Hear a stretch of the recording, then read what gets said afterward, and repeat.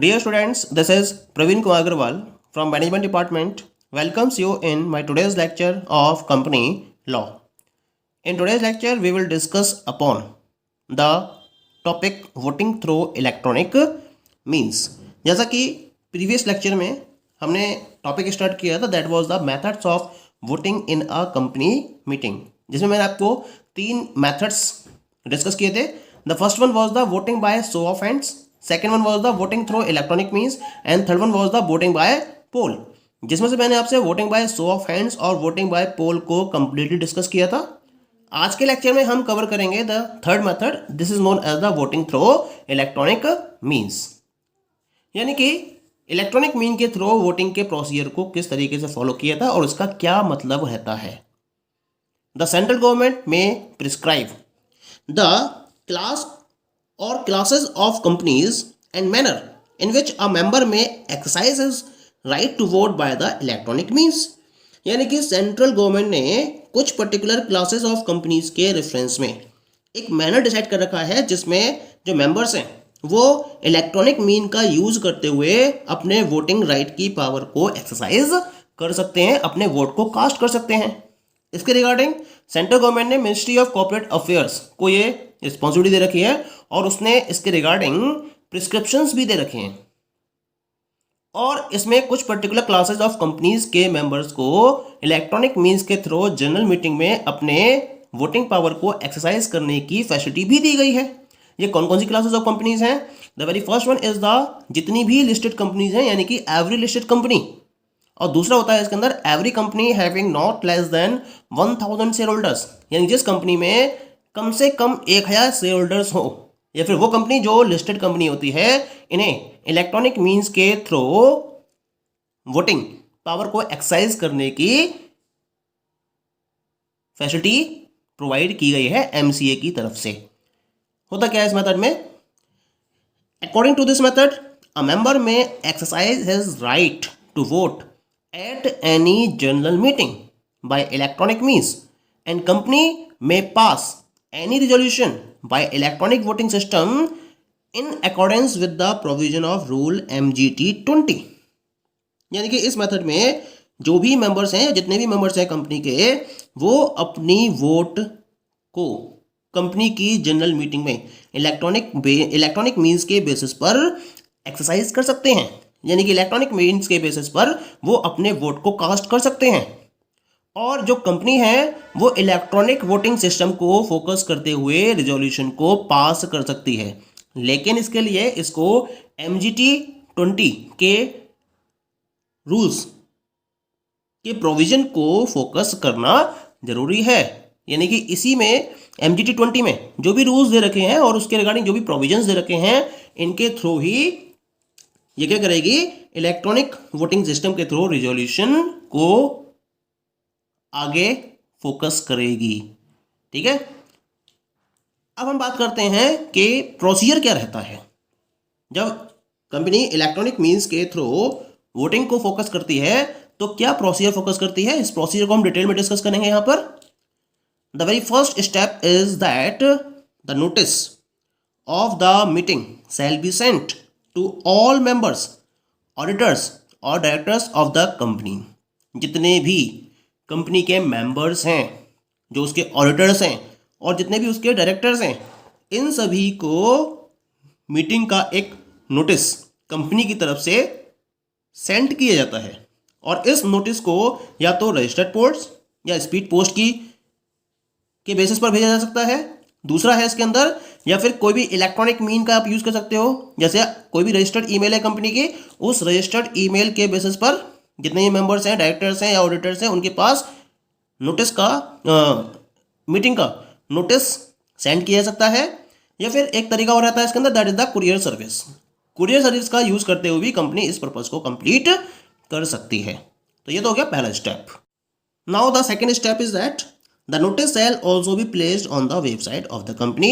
इसके साथ साथ कंपनी मीटिंग के नोटिस को अपनी वेबसाइट पर भी प्लेस करती है. जो उसकी रजिस्टर्ड वेबसाइट है, उस रजिस्टर्ड वेबसाइट पर भी उसको मीटिंग के नोटिस को प्रॉपर्ली प्लेस करना होता है. तीसरा स्टेप रहता है इसके अंदर, The notice of the meeting shall clearly mention that the business may be transacted through electronic voting system and the company is providing facility for voting by electronic means. Meeting के notice में clearly mention होना चाहिए कि जो business है उसको electronic voting system के basis पर ट्रांजैक्ट किया जाएगा और कंपनी इलेक्ट्रॉनिक मींस के बेसिस पर वोटिंग की फैसिलिटी को भी प्रोवाइड कर रही है। ये नोटिस में प्रॉपरली क्लियरली मेंशन होना जरूरी है।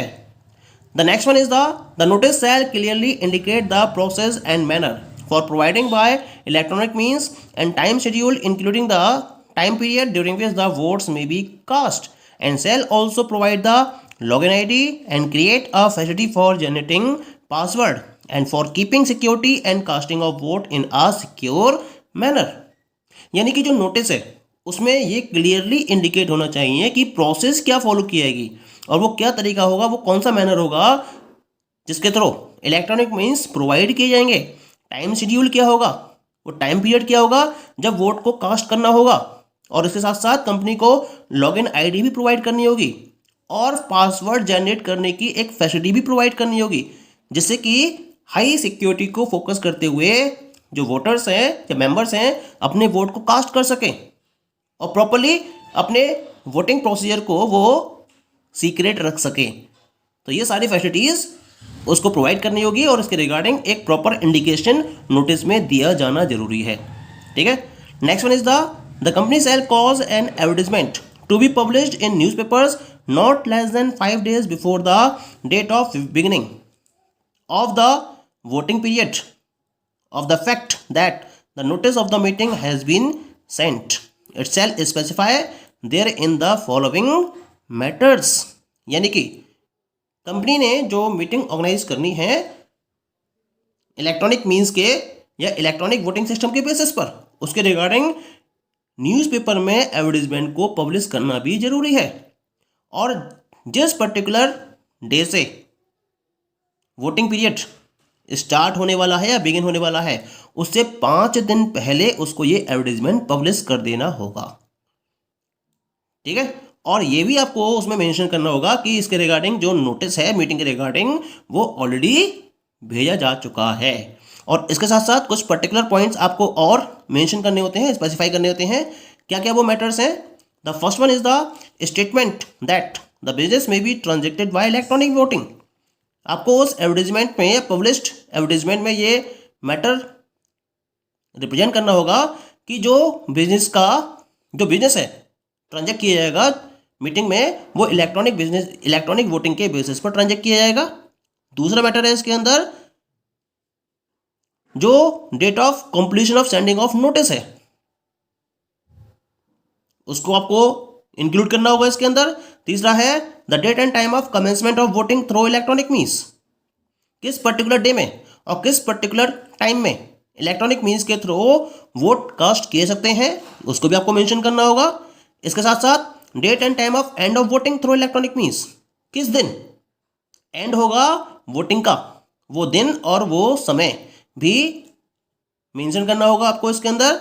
इसके साथ साथ next one is the statement that voting shall not be allowed beyond the set date and time, यानी कि जो टाइम पीरियड डिसाइड किया गया है कि वोटिंग के लिए स्टार्टिंग टाइम क्या होगा और एंड टाइम क्या होगा, उस एंड टाइम के बाद किसी को भी अपनी वोटिंग पावर यूज करने का या अपनी वोटिंग को कास्ट करने का टाइम या डेट नहीं दिया जाएगा।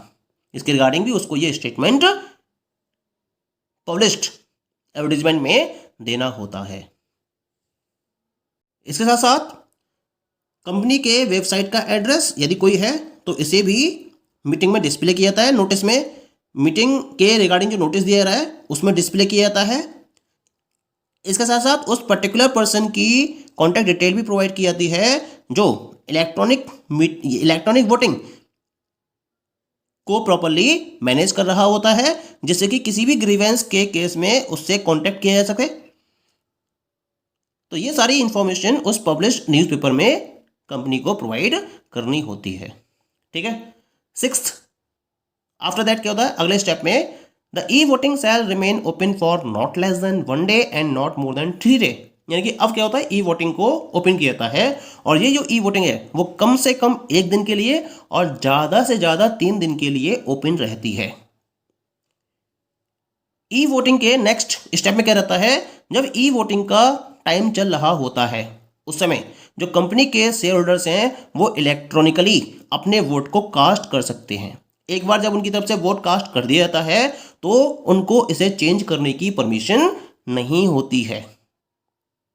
नेक्स्ट स्टेप में जब वोटिंग पीरियड खत्म हो जाता है, एंड हो जाता है, तो उस समय क्या होता है, पोर्टल्स जहां पर वोट्स को कास्ट किया जा रहा है उसको प्रॉपर्ली ब्लॉक कर दिया जाता है।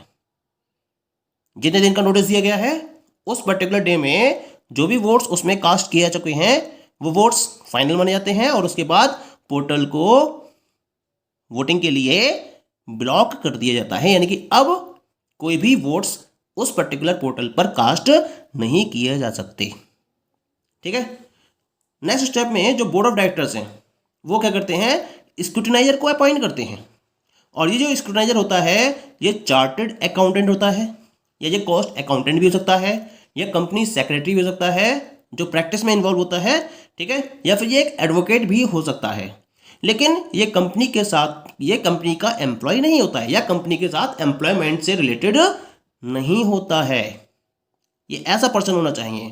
तो बोर्ड ऑफ डायरेक्टर्स ऐसे पर्टिकुलर पर्सन को स्क्रूटिनाइजर के तौर पर अपॉइंट करते हैं। अब ये क्या करेगा, ये अब यहाँ से स्क्रूटिनाइजर का रोल स्टार्ट हो जाता है इलेक्ट्रॉनिक वोटिंग सिस्टम में। क्या करता है scrutinizer, the scrutinizer shall be willing to be appointed and be available for the purpose of ascertaining the requisite majority. यानी कि यहाँ पर जो स्क्रूटिनाइजर है पहले तो उसकी तरफ से भी एक्सेप्टेंस मिलनी चाहिए, यानी कि वो अपॉइंटमेंट के लिए विलिंग होना चाहिए और रिक्विसाइट मेजॉरिटी को एसर्टेन करने के पर्पज के लिए अवेलेबल होना चाहिए। तो जब इसकी रजामंदी मिल जाती है और फाइनली इसका अपॉइंटमेंट हो जाता है तो ये स्क्रूटिनाइजर अब क्या करेगा, within a period of not exceeding 3 working days from the date of conclusion of e-voting period, unblock the votes in the presence of at least 2 witnesses, not the employee of the company। यानी कि जब e-voting का period conclude हो जाएगा तो 3 working days से ज़्यादा नहीं लगनी चाहिए उसमें ना, और इस पर्टिकुलर टाइम पीरियड में कम से कम 2 विटनेस की प्रेजेंस में जो कंपनी के एम्प्लॉय नहीं होंगे। ये जो स्क्रूटिनाइजर है वो सारे वोट्स को अनब्लॉक करेगा। ठीक है। They shall make a scrutinizer's report of the votes cast in favour और against forthwith to the chairman. यानी कि ये जो पर्टिकुलर पर्सन्स हैं जिनको विटनेस के तौर पर यूज़ किया गया है, ये पर्सन्स स्क्रूटिनाइजर के साथ में मिलके ये देखेंगे कि कितने वोट्स फेवर में कास्ट किए गए हैं और कितने वोट्स अगेंस्ट में कास्ट किए गए हैं, और इसके रिगार्डिंग एक रिपोर्ट प्रेजेंट करके ये चेयरमैन को इसकी इंफॉर्मेशन देंगे। ठीक है। नेक्स्ट पॉइंट में क्या होता है, the register and all other papers relating to electronic voting shall remain in the safe custody of the scrutinizer until the chairman considers, approves and signs the minutes। यानी जब तक जो चेयरमैन है meeting का वो स्क्रूटिनाइजर के द्वारा present की गई रिपोर्ट या फिर जो भी नेसेसरी डॉक्यूमेंट्स हैं या जो पेपर्स हैं इनको प्रॉपरली कंसीडर नहीं कर लेता, अप्रूव नहीं कर लेता और साइन नहीं कर लेता, तब तक जो स्क्रूटिनाइजर है वो इनको अपनी कस्टडी में रखता है। और इसके बाद जो स्क्रूटिनाइजर है वो इन सारे इलेक्ट्रॉनिक वोटिंग से रिलेटेड पेपर्स को और रजिस्टर को कंपनी को हैंडओवर कर देता है। ठीक है। नेक्स्ट प्रोसेस में क्या होता है, the results declared along with the scrutinizer's report shall be placed on the website of the company within 2 days of passing of the resolution at the relevant general meeting of members. यानी कि जो भी results declare किए जाते हैं scrutiniser की report के basis पर उनको कंपनी की वेबसाइट पर प्लेस कर दिया जाता है, वो भी रिजोल्यूशन के पास होने के 2 दिन के अंदर अंदर, और इसे मेंबर की जनरल मीटिंग में भी फोकस किया जाता है, उसमें भी इसको डिक्लेयर किया जाता है। यानी कि अगले स्टेप पे क्या होता है, subject to receipt of sufficient votes the resolution shall be deemed to be passed on the date of the relevant general meeting of member.